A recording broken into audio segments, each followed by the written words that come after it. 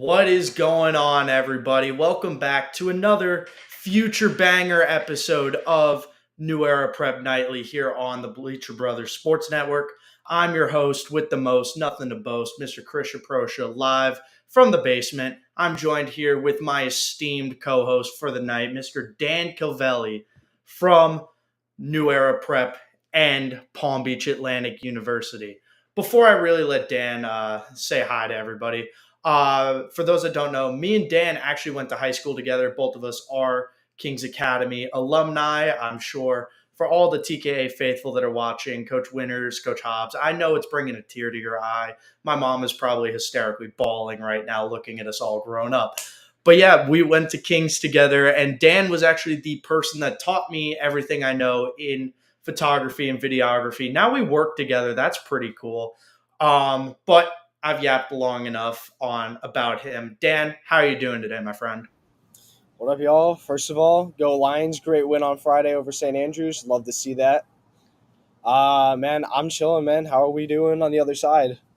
I'm doing well. It seems like it's been so long since I've seen you all of like 2 hours ago, really trying to show prep you for this banger episode today. Got a little sweet treat out at Chick-fil-A today. It's a great day to be a Lion alumni and not Always. as good day to be a sailfish, better day to be an owl.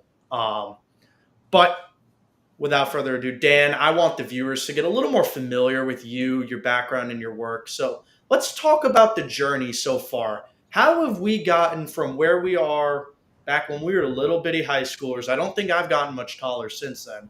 But back in the days when we both used to play sports to now, where do we come from here? All right, so a little background about me. Yes, I did work with Christian at Kings. Definitely got him introduced to this sports creative and sports media worlds. Then after Kings, I went to Liberty. I was up there for 2 years.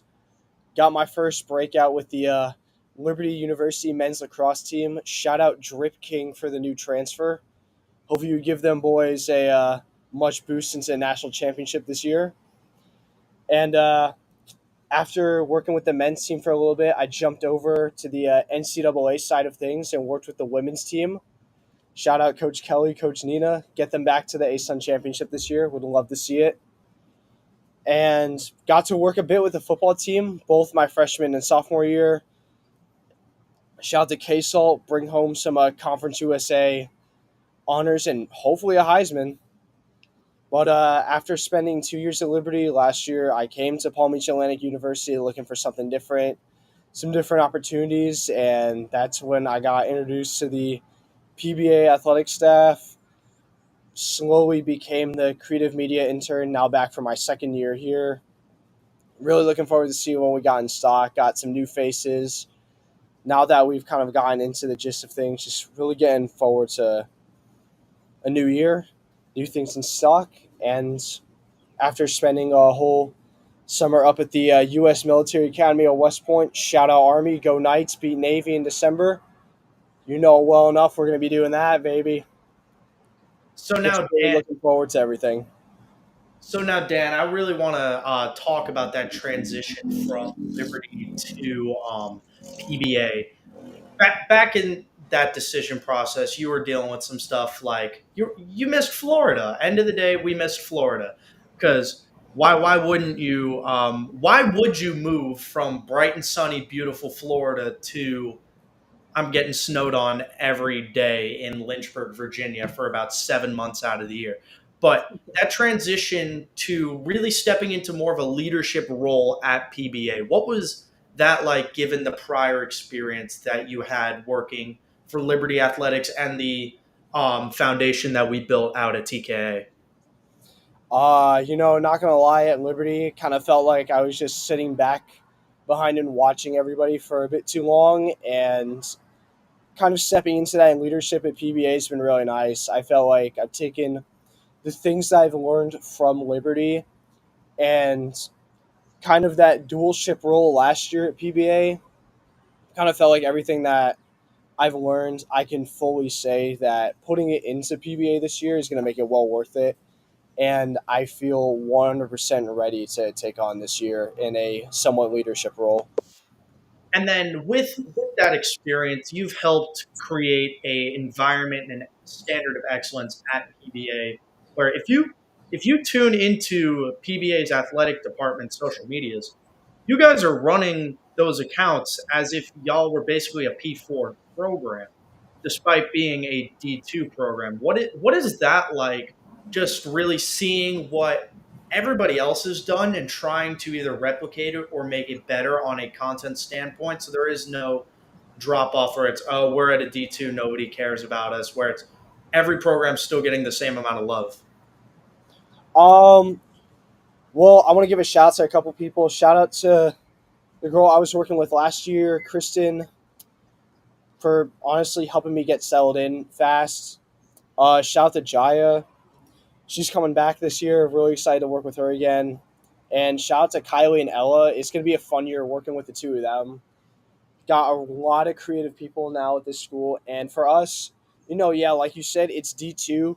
Yeah, nobody really would care. But at the same time, when you're in the most competitive Division 2 conference in the entire country, the Sunshine State Conference, you're not only you're kind of in an uphill climb almost because we're not only competing in a game sense against schools like Tampa University, Nova Southeastern, like national champion schools.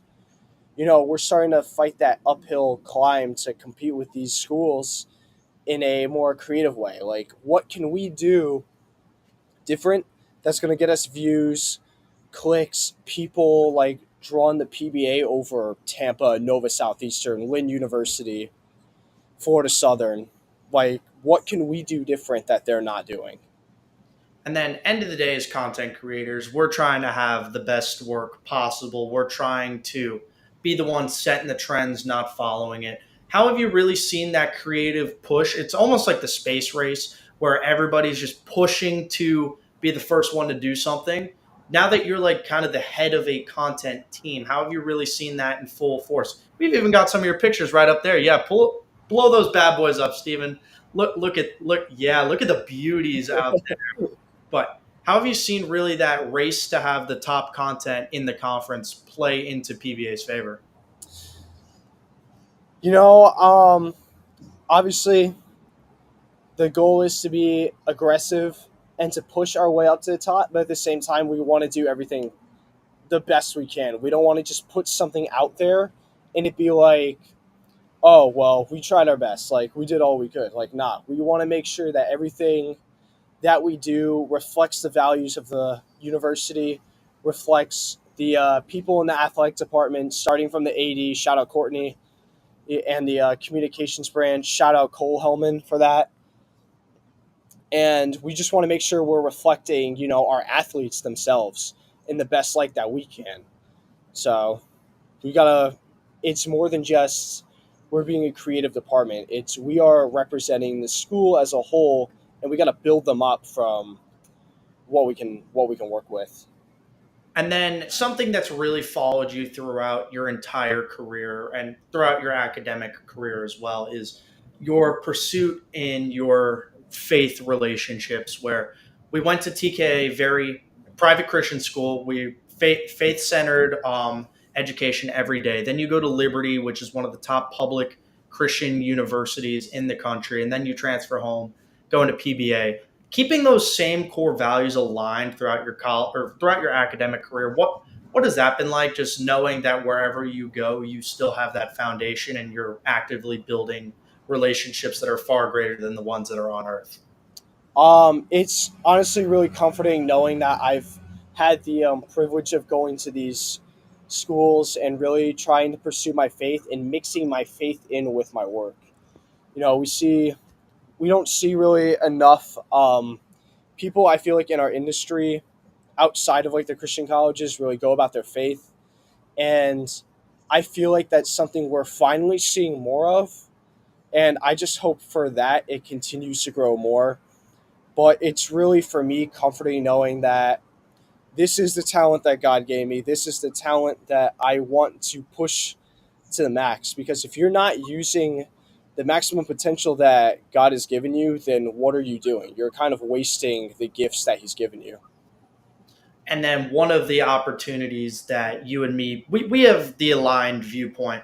One of the opportunities that God has gifted us both with is the opportunity to impact our community on a far greater level than what we initially thought. Being both able to stay home or come home and really dive into high school football and be the light on the field and also promote the kids and make and help tell their stories. How have you really seen that take over your life? Because you and me, we are now consumed with this, dude. We are 2 years, 3 years in on this, just really all in high school sports. How have you really seen that like take center stage almost while still promoting what's best to come? Yeah, we're a little deep in the pipeline right now, but for sure. I mean, for me, always growing up, I love helping people. I love making people happy. So the fact that I kind of just get to work with younger, like the next generation of athletes coming out, some of tomorrow's future leaders means a lot, especially from a faith-based perspective. Shout out to the PBA men's lacrosse team for giving me this bracelet last year during senior day. It says Proverbs 27:17 on it. And it's a verse that you and I are very familiar with because shout out Coach Evans. There's a massive banner hanging in the King's Academy weight room that says the full verse out as iron sharpens iron, one man will do to another. And I think that's a very important verse to live by, seeing as often, now today, especially with the prominence of social media, we often see people tearing each other down rather than building each other up. And I feel like, especially with the roles that we have, we should be spending more time helping others, uplifting people, rather than being like, oh, you're trash, bro. Like, go quit. Like, it's more of like, hey, this is what you can be doing better. And then something that I you glanced over that should not have been glanced over. This summer you had the opportunity to have a creative internship at Army West Point. That's one of the most sought after internships in college sports. Being able to like be the guy out there because you got to go out there, learn learn from a different niche than what we were both used to. We're South Florida dudes being able to go to being able to go up to West Point. Can we talk about being able to just go out and expand your horizons? And what was your biggest takeaways from a summer at West Point? It's a very humbling experience. Shout out to Brett, Rory, and James Vernon for just being awesome intern supervisors and really teaching me some things that I had yet to learn about being in the creative media industry.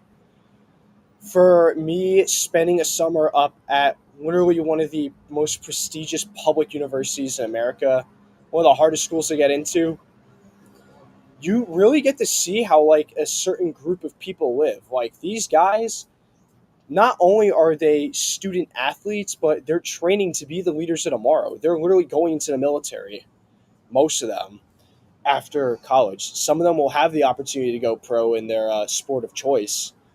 But really, for the most part, you're just there to get a solid education and then become a integral part of the U.S. military.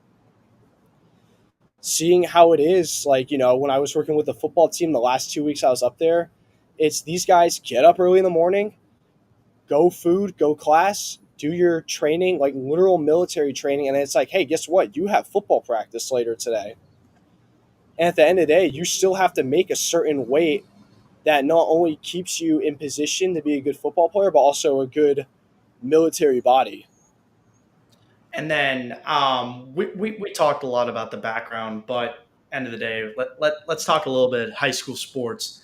This weekend, we spent the entirety of our Saturday down at St. Thomas Aquinas watching some pretty good football down at the Broward County Showcase.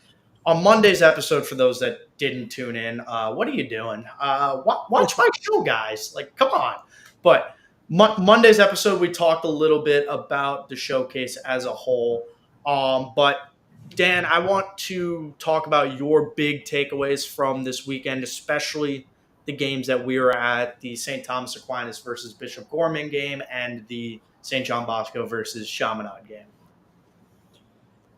For St. Thomas Aquinas and Bishop Gorman, that opening game on Saturday, I was very impressed by both teams. You know, Bishop Gorman really proved why they are the consensus number one in the country from Max Preps, and Aquinas really did show why they are also a top five team in the country. But really, when you watch quality football like that, you see how competitive these guys can really get. People, when you go to places like that with prestigious programs, you hate to lose. And seeing how Gorman was able to come back from a 21-7 deficit at halftime to win that game, you really see like this is more than just a winning culture. This is a I hate losing and I would rather die and give everything that I had to the cause rather than lose culture. And then one of the biggest highlights of the game we were both able to capture, but yours really blew up. Your shot of a beautiful jump ball should have been touchdown. It got called back. Should have been a touchdown, guys. I'm sorry, but that picture will forever be immortalized on social media with the post really blowing up, and then even Max Preps um, coming in and crediting you and shouting New Era Prep and Bleacher Brothers Sports Network and Shot by Dan out on their social medias. As a content creator, I know what it's like, but for everybody at home, what was it like really just getting that notification of Max Preps has tagged you in a post? Um, it was a really cool moment. Definitely unexpected. I was kind of just like, well, that's cool. Definitely not expecting that to become part of my day. But seeing that moment in person, just crazy catch. Not only did he have that, shout out this is a guy. Shout out Derek Meadows for having another insane touchdown earlier that game. And that first touchdown was really like the momentum swinger for the team to get back into the game. Beat the double coverage. Kind of had a what would you call it? Maybe like a dribble catch, maybe. Yeah, there was a little bit of a bobble, but end of the day, you know that South Florida blur was going crazy.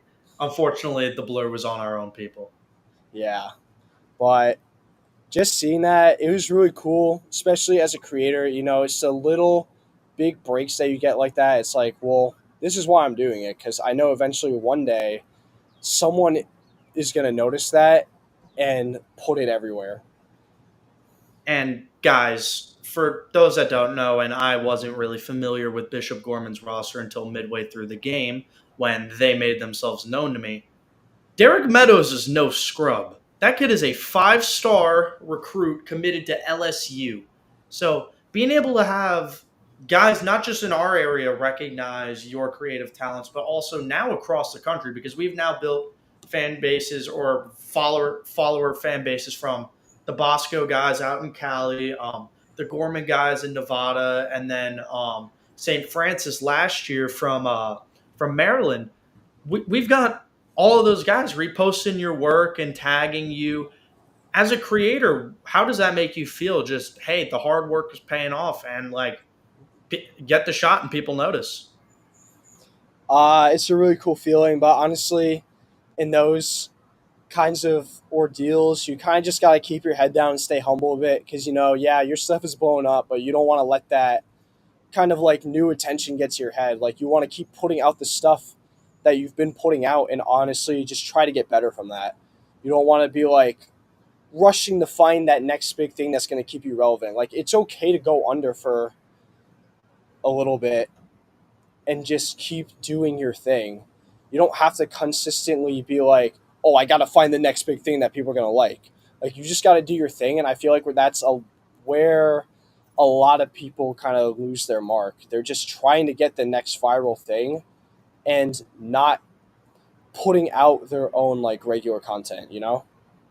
Yeah, definitely. We out here on New Era Prep Nightly and everybody affiliated with New Era Prep and the Bleacher Brothers Sports Network and FAU Owl's Nest, all three of our fun little brands. But all of us, we set the trends. We don't chase them, and that's something that I think is really applied to all of us. Is just creativity and really the strive for excellence. That everybody in our group chats, we like you said earlier, we build each other up. We what can we do differently? What did we like? Stuff like that. It's constructive criticism. It's not, hey, I hate this. It's how can we make this better? And end of the day, that's what something that is missing from society. Like you said, everybody's so quick to tear down. And then my last follow up question on this little part of the topic is, as an experienced content creator, you're going on what, year 7, right? I would say around that, yeah. Yeah, year 7. You have hit unk status, boy. You have been shooting for now 2 Olympic cycles, 2 Summer Olympic cycles. You old man. But being an experienced content creator and being around the block a couple times, what is the piece of advice you would give to a younger, starting out photojournalist, videographer, just creative in general? At like, if you had the opportunity to just broadcast it to the world, what would you say? Um, Man, honestly, probably just believe in yourself. You know your worth, and you cannot let other people define who you're going to be. You have your own creative style, you have your own look to things, you have your own choices to make. Obviously, it's good finding a group that you want to be a part of, but at the same time, you got to find ways to build yourself up. Eventually, yeah, it's going to be hard at first to get noticed because you're going to start off small. Everybody starts off small. But eventually, when you keep working your way up, you're going to see, I'm glad I stuck to it. I'm glad I'm working hard still at what I'm doing, because if I gave up, nobody would know who I am. And for me, I would just say don't give up, make the connections, make friends, and honestly, most of all, just believe in yourself. I completely agree. But we're gonna wrap up the sappy part of the segment. Coming up soon.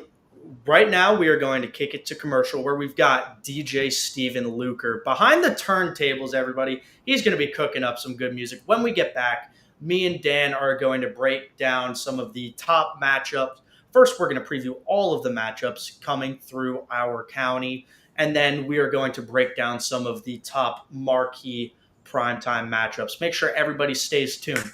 DJ Steven, hit those turntables, my friend.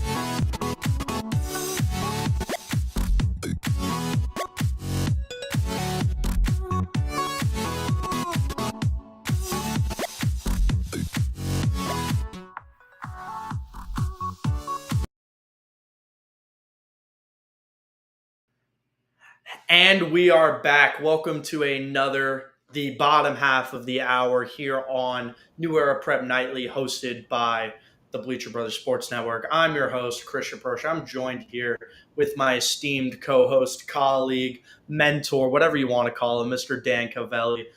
Honestly, I was expecting a banger from DJ Steven, but I'll let it slide. But we are a few short hours from kickoff of week 2 of the high school regular season, my friend Dan. Are you excited? Because I am. Excited? So, you want to quickly speed run through the entire slate of Palm Beach matchups? Yeah, let's All do right. it. So here's what we're going to do. We are going to go through the entire matchups. I'm going to say the two teams that are playing. You'll give me the winner. All right. Got you. Lake Thursday night. Lake Worth versus Wellington High. I've got Wellington.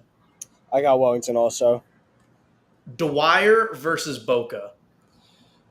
I want to say Boca. I'm gonna go D Block. I like Dwyer. Park Vista or Jupiter.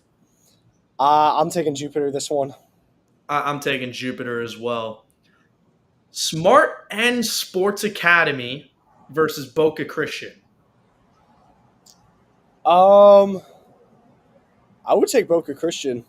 Yeah, I'm taking Boca Christian too. Boynton Beach or Olympic Heights. Boynton. I've got Boynton. And now capping off the night with the game of the day.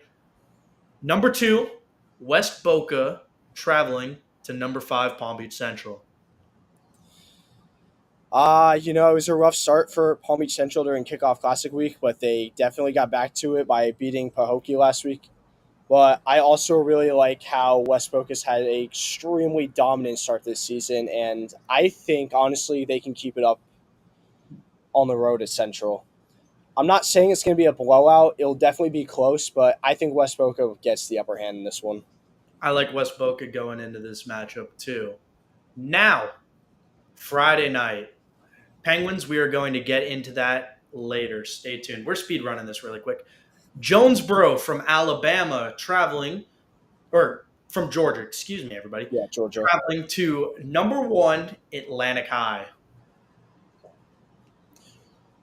Atlantic has looked extremely dominant so far, and I honestly think they're just going to keep it up. It don't matter where the team is from. I like Atlantic. I'm high on Atlantic. I think they keep the winning going. I like Atlantic going into this matchup as well. Palm Beach Gardens versus number 3, Santa Lucius. I'm taking Santa Lucius. That's all I'm going to say. Yeah, I'm taking Santa as well. Jesuit from Tampa traveling to number 7, Benjamin. Number 8, Benjamin, excuse me. Benjamin's had a bit of a shaky start to the year. Yeah, losing to West Boca, probably not how they wanted to start the season, but getting back to the winning ways last week, I think they keep it up. So you got Benjamin? I got Benjamin too.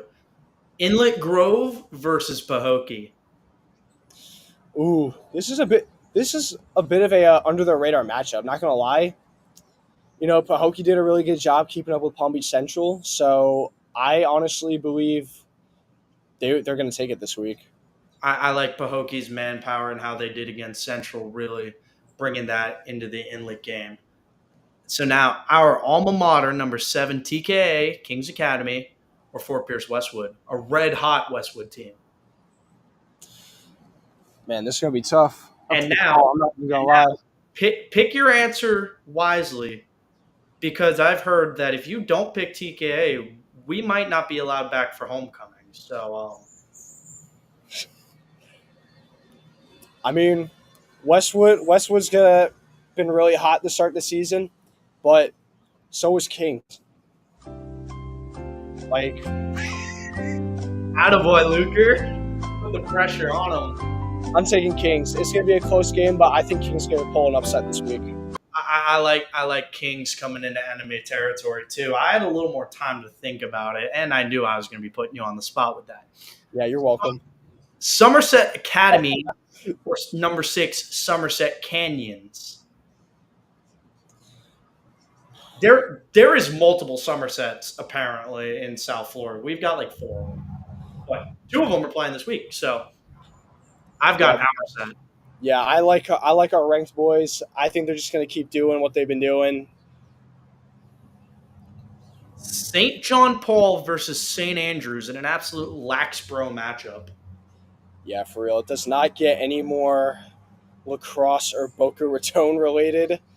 Tough loss from St. Andrews last week to Kings. I think they bounce back this week with a win over St. John Paul. I just want to give a shout out to Dylan Faison. Prayers out to you, bro. Hope you've been doing good and recovering from Friday. I agree. I think St. Andrews takes the dub here. John I. Leonard or Royal Palm? Wow. I like Royal Palm in this one. I like Royal Palm too. They've been pretty hot to start the year. Berean or one of the other Somersets, Somerset Key. I mean, hasn't really been a great look for both teams this season. I think I take Berean on the road. I'm gonna give Somerset Key the win out here. Suncoast versus number 10, Dr. Joaquin Garcia. Garcia, bit of an underrated story this season. This is their second year as a football program. They've gotten off to a really hot start, got some good guys coming up through the homegrown and in the transfer portal. Shout out Caleb Butler. I think Garcia keeps the momentum going with a win this week. I like Garcia in their home opener for the year. Seminole Ridge versus number 9, Spanish River. Spanish River coming off a really impressive season last year. Seminole Ridge also not looking that bad this year either, but honestly, I think I'd take River. I agree. I think uh, Seminole Ridge has had two close losses. Honestly, I was a little surprised at the Glade Central loss going into at the end of that game. I thought that they were going to win that game. The Martin County one, I knew was going to be a shootout, but I like River. Their offense has looked red hot. Speaking of Glade Central, and speaking of Martin County, they play each other. Glade Central or Martin County? Gonna go with a bit of a underdog take here, but I think I like how Martin County's gonna do this week. I wouldn't necessarily think that's an underdog take because I agree with you. In the words of Lee Corso, give me County, the Tigers. Oxbridge or Jupiter Christian? This is definitely a game for sure, but I like Oxbridge. I think this year is going to be a nice step forward for the program, and I'm just going to give them the W for this week. I'm taking the home field guys. I'm taking Jupiter Christian. We'll have a friendly wager on that game coming soon. There'll be a little punishment for the loser. Jupiter Christian, please don't let me down. And then finally, the last game in the county: Windermere Prep versus Glades Day. Going with our boys from the Muck on this one. Let's go Glades Day on the win. I agree. I like Glades Day going in this game. But now I want to talk a little bit. I'm just going to highlight some games up north and some games down south before we really deep dive and analyze some of these marquee matchups. Buchholz versus Vero. That game's going to be on Friday. I like Vero coming into this game. Jensen Beach versus Treasure Coast on Thursday tomorrow night. I'm gonna take Jensen. I like. Actually, no. I'm taking Treasure Coast. Now I'm thinking about it. Treasure Coast is a team that always performs well at home. Centennial versus Davenport Friday night. I'm taking Centen. And John Carroll versus Okeechobee. I'm gonna take John Carroll. Any thoughts on up north? I mean, there's some solid matchups. I'm looking forward to the Vero game. That one will be a close game. I'm also looking forward to what was the other one? John Carroll. Treasure Coast and Jensen or Yeah, John that one. That Carroll. one. My bad. Yep. That one's going to be another close game, but I think I'm going to give Treasure Coast the benefit of the doubt on that one. I agree. I think TC is coming away with that one. And then we're going to talk about a couple of teams down south. Miami Northwestern is traveling to Venice, not Italy, upstate Florida.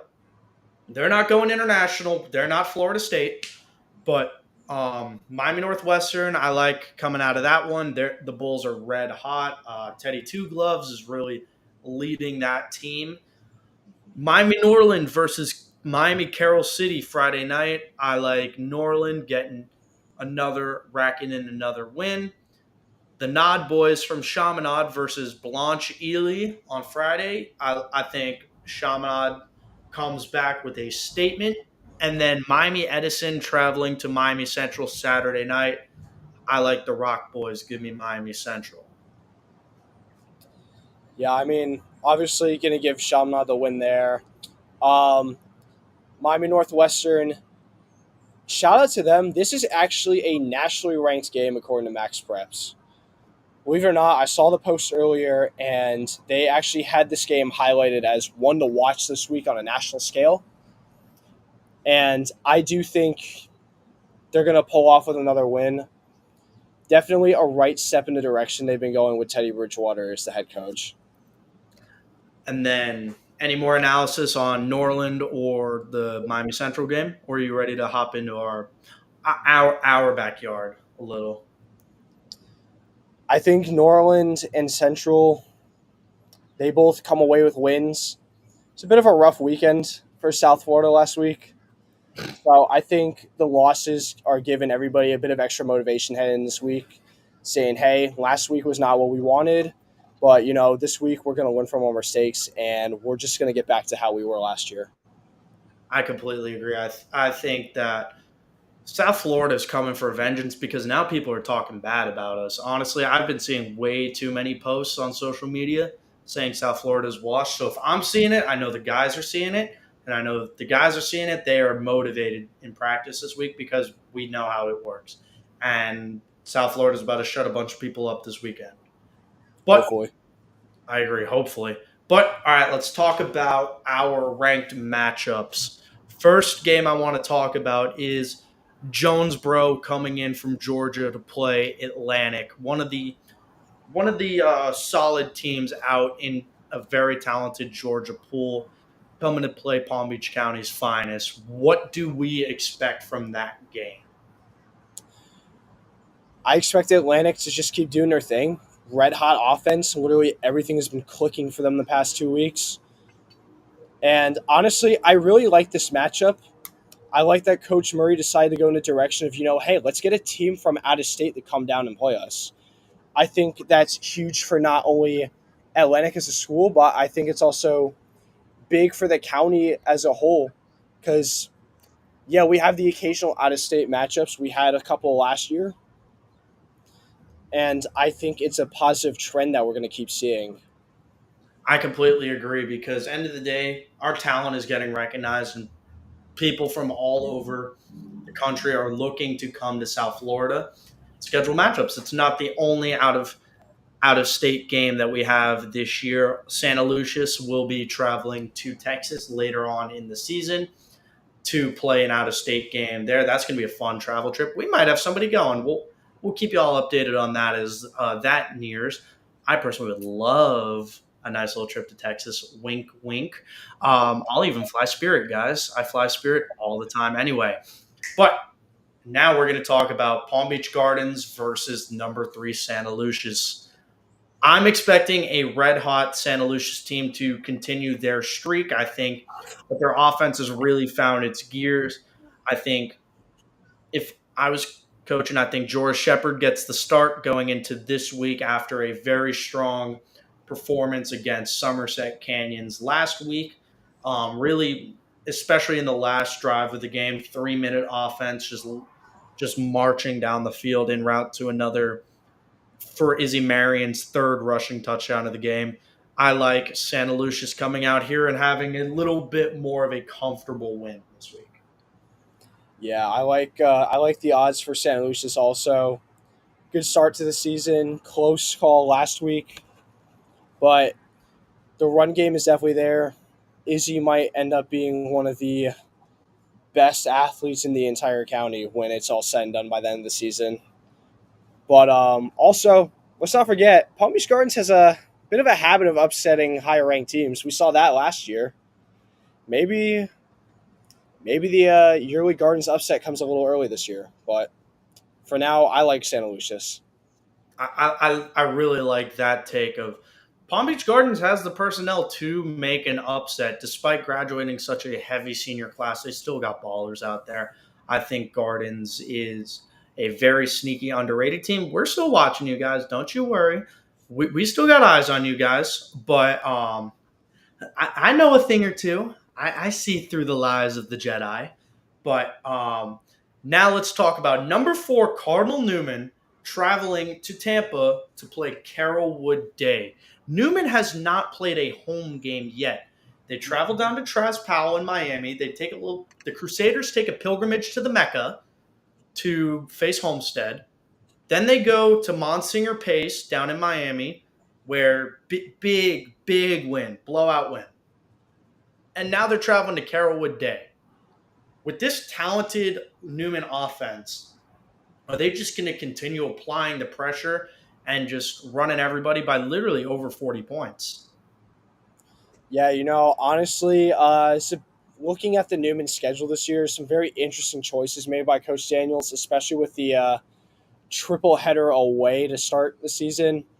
But yeah, I do agree. Big win over Pace. I think honestly they keep the momentum going. And now I want to talk about number 6 Somerset Canyons hosting numbers not number. We don't care about that Somerset. Just kidding. Number 6 Somerset Canyons, our guys taking on Somerset Academy. I like Somerset. I like Somerset too. Yeah, I like our Somerset to win that game. I think they're looking for blood, honestly, out at the set. After a very close loss to Santa Lucius that we mentioned earlier, I think the Cougars are going to come out here and they're gonna punch early. Don't be surprised if they literally open the game with a deep pass from Jaden Harrington to one of the very talented receivers on that offense. If I was the OC, that's what I would do, just as a statement, just to be like, all right, y'all are counting us out. Y'all are writing us off. Watch this 85-yard touchdown. Yeah, honestly, I think shout out to Somerset though for real keeping a close game with Santa Lucius. There's all that talk online leading up to the Battle of Boynton. Oh, Santa Lucius by 40, going to be a blowout. Blah blah blah. Nah. I honestly might have been one of the few people in the county to call a Somerset upset last weekend. I was proven wrong though. I will own up to that. But I think, we're seeing a very still underrated and under talked about team despite all the talent that they have. I think it's going to be a great year for Somerset, and I really see them getting a win this week. I agree. I think that, like you said, we were some of the believers, not dissing not dissing Santa Lucius, but we were believers that this game would be close. Like we didn't buy into the blowout. The talks of a blowout. We knew that Somerset was going to keep this close, not to the discredit of Santa Lucius, but just to the credit of everybody was sleeping on Somerset, and also we kind of predicted a couple other close games. I heard some chatter on the net. I talked about it Monday. Apparently, everybody thought that Benjamin was going to beat West Boca, but if unfortunately nobody reads nowadays, I put out a pretty wordy article predicting close matchup. West Boca wins in nail biter, 14-13 victory later. Am I dumb, guys? Yes, but at least I called it. You got to hit a bullseye every now and again. But enough about me. Number 7, TKA going to Westwood. I like Westwood's offense. I like TKA's offense. I really like TKA's defense, and I really like Westwood's defense. I think this is one of the more evenly matched games across the county. This is one that I don't think the lid is going to get blown off of, despite, once again, what the chatter on the net is. A lot of people are saying Westwood blowout. And that's just because nobody ever believes in TKA, and that's the full honesty. Everybody loves to sleep on a talented Kings team. I think that Joe Daly and Javian Jones are going to continue being a problem. I really like their rushing game. Um, I think that with Tristan Stewart, I think that TK is going to keep this game close and competitive. But I'm an FAU homer, so I'm hoping for a really big game from Owls commit defensive end Cam Gooden on Westwood. But in all seriousness, I think that EJ Gathers and Colton Foster are the top QB receiver duo in the 7-7-2. I really am interested to see how this game is going to go. Yeah, it's going to be a definitely interesting matchup for sure. Want to give a shout out to Levi Champion, our not in house, but definitely prominent social media smack talker. Definitely backed it up last week with a pretty good performance against St. Andrews. And honestly, was one of the more underrated keys to the defensive stronghold against St. Andrews last week. Javian Jones, another two side athlete, came up big on the receiving side. Had a touchdown that got called back, unfortunately, but he did come up big on defense with a basically game changing interception in the third quarter. I agree. I really like just the star power on both sides of the ball for both teams. But we're going to speed run through the bottom of the list, and we're going to announce our New Era Prep game of the week for week 2. Y'all knew it was coming. Number 2, West Boca. Number 5, Palm Beach Central. Let's take a little bit of time, really back and forthing, making cases for why both teams are going to come out on top. Let's start with the visiting West Boca Bulls. And my case is no other than Javian Mallory. Mallory, 18 rushes for 144 yards and 2 touchdowns against Benjamin. Thank you, Coach Potts, for getting me that information. Nobody can stop Javian Mallory, and that is a fact. Javian Mallory is the best running back in South Florida. He is one of the best running backs in the country. He is a 4-star running back for a reason. He's got defending national champions offering him before he even steps foot onto the campus for his junior season. Last summer, Michigan dropped O on him. Like, that's pretty impressive. I think Mallory's ability to stay up and not get tackled off of the first guy ever, it takes a committee or an ankle biting DB, one of the two, either of those to bring that kid down. What do you think about Jamin?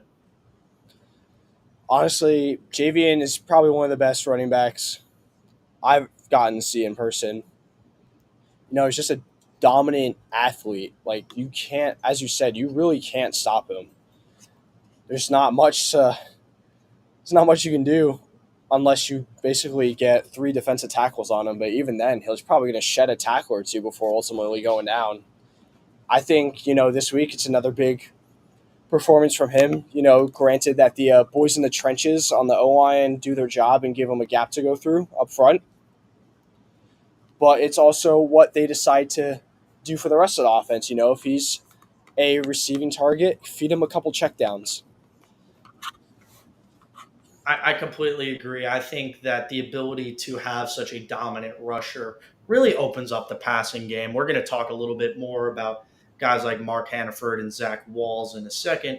But now let's flip it over to Palm Beach Central. And the thing I want to touch on, everybody knows it, is the 4-headed monster of a wide receiver room, headlined by 4-star UCF commit Waden Charles, 3-star Arkansas commit Kamari Williams, 3-star Boston College commit Nedrick Bolden, reigning Offensive Player of the Year for New Era Prep. And then finally, number 4, 3-star Preston Parker, uncommitted. Yes, the son of FSU's Preston Parker. For all the Knowles fans in the house that are probably still crying or flying home from Dublin. But having such a dynamic wide receiver core, honestly, you don't know who to game plan against. Because, okay, great, we're going to double team Waden.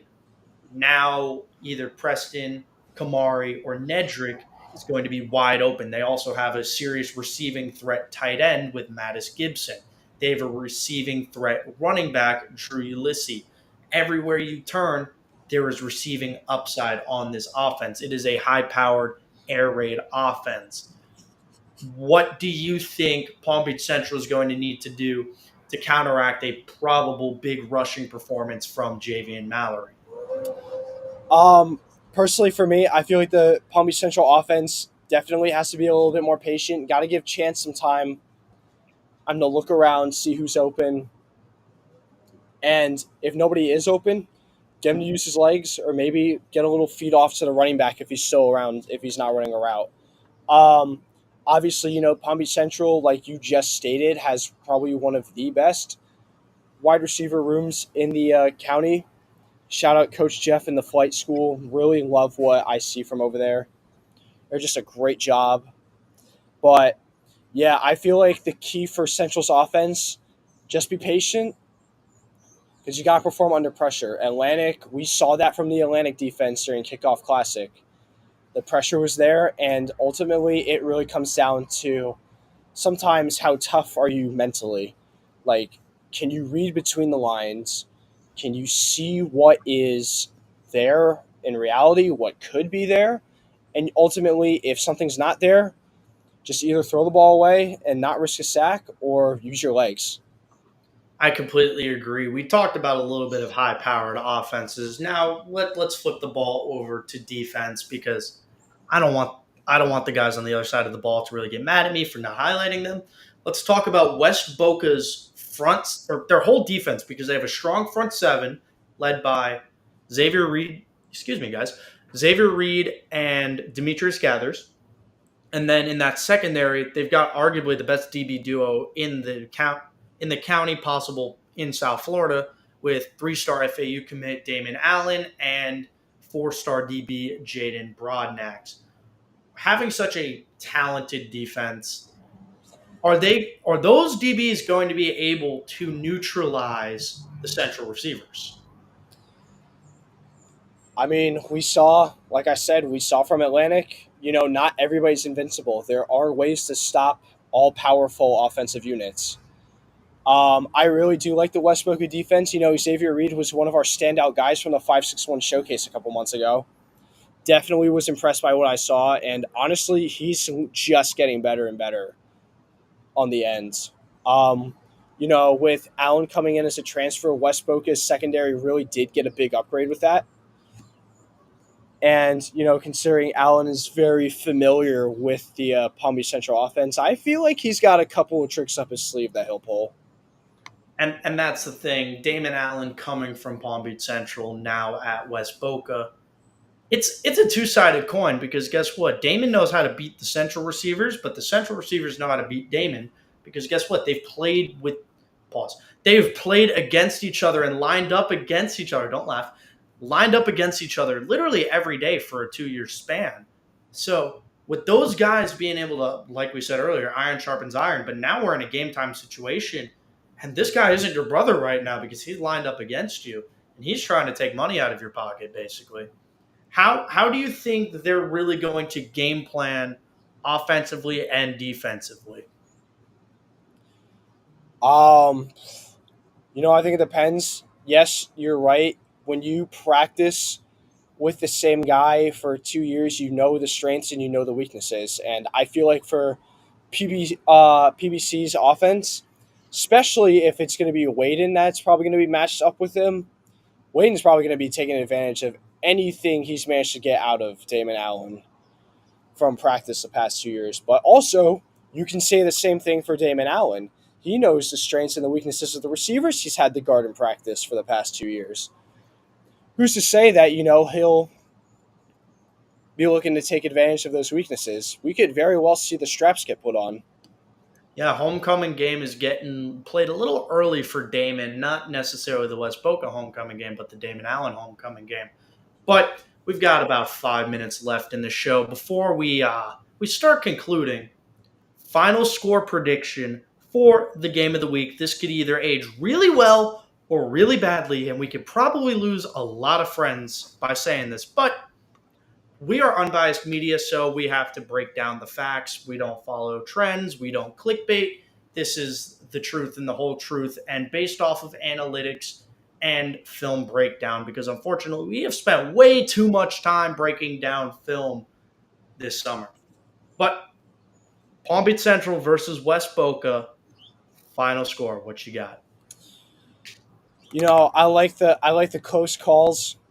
I think I'm going to do a 24-21 win for West Boca with a field goal in the final 2 minutes. Okay, I like it. John Farfan getting the icing on the cake for the win. I want cake, guys. I am so hungry. But like you said, this game, I said it it's such a cop-out analysis, and I'm sorry, guys, because I know I said it last week, but this game has the potential to either blow the lid off of the place with just an absolute shootout, or it's going to be a relatively conservative game. I'll raise you your 21-24, right? Yeah. I'm gonna go. Let me do math. 24 24-31 West Boca. Three rushing touchdowns from Javian Mallory with a field goal. That gets me with another touchdown thrown in there somewhere. Sorry, guys. I'm not a math major. Sue me. I like at least two receiving touchdowns from Palm Beach Central. Tomorrow, I'm looking Waden Charles and Nedrick Bolden getting in the box. But before we wrap up, I want to just give the New Era Prep weekly coverage schedule because that's what we do around here. Yep, that look at that beautiful top 10. Once again, shout out Ryan for making another banger graphic. But Thursday, game of the week, Palm Beach Central versus West Boca, special edition of Game of the Week. You'll find out why.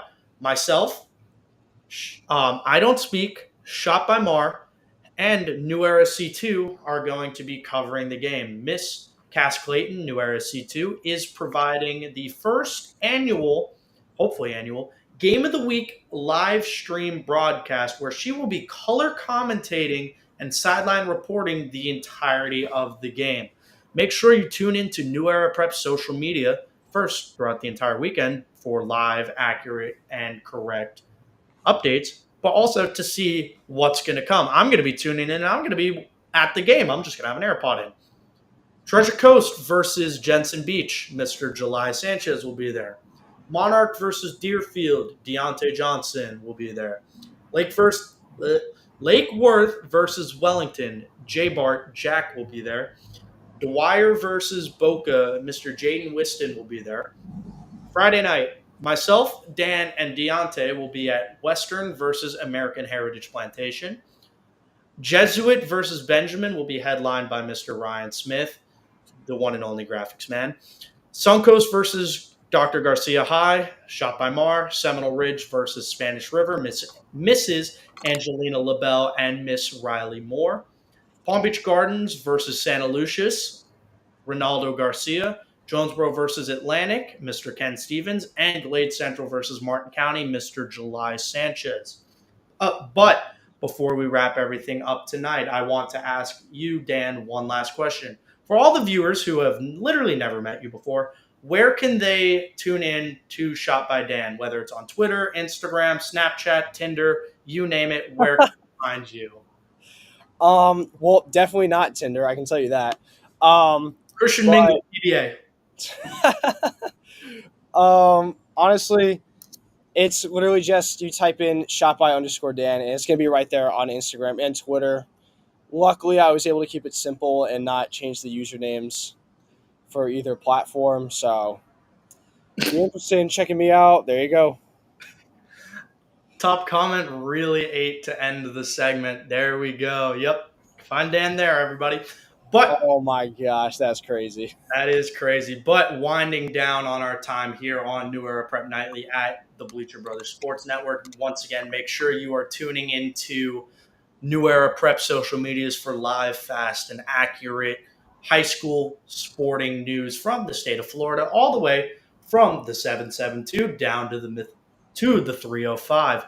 I'm your host, Christian Proscia. I'm joined here by Mr. Dan Covelli himself. Have a great night, everybody. See y'all Monday.